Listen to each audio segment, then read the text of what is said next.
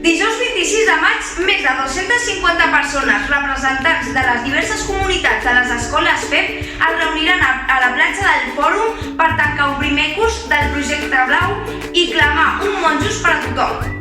Ho farem a través d'una instal·lació d'art efímera de la mà de Creat, una creació on tothom hi podrà participar. Per fer això necessitem la vostra ajuda. Necessitem que fins al 24 de maig ens porteu sabates de qualsevol tipus que estiguin en desusos i que no utilitzeu i les porteu pintades de blau. És molt fàcil, només necessitem unes sabates velles i un pot de pintura i tenir ganes de canviar la manera de com veiem el món. Perquè la manera de com veiem el món és cosa de tots i de totes. Perquè l'escola és l'inici de tots els camins. Participa!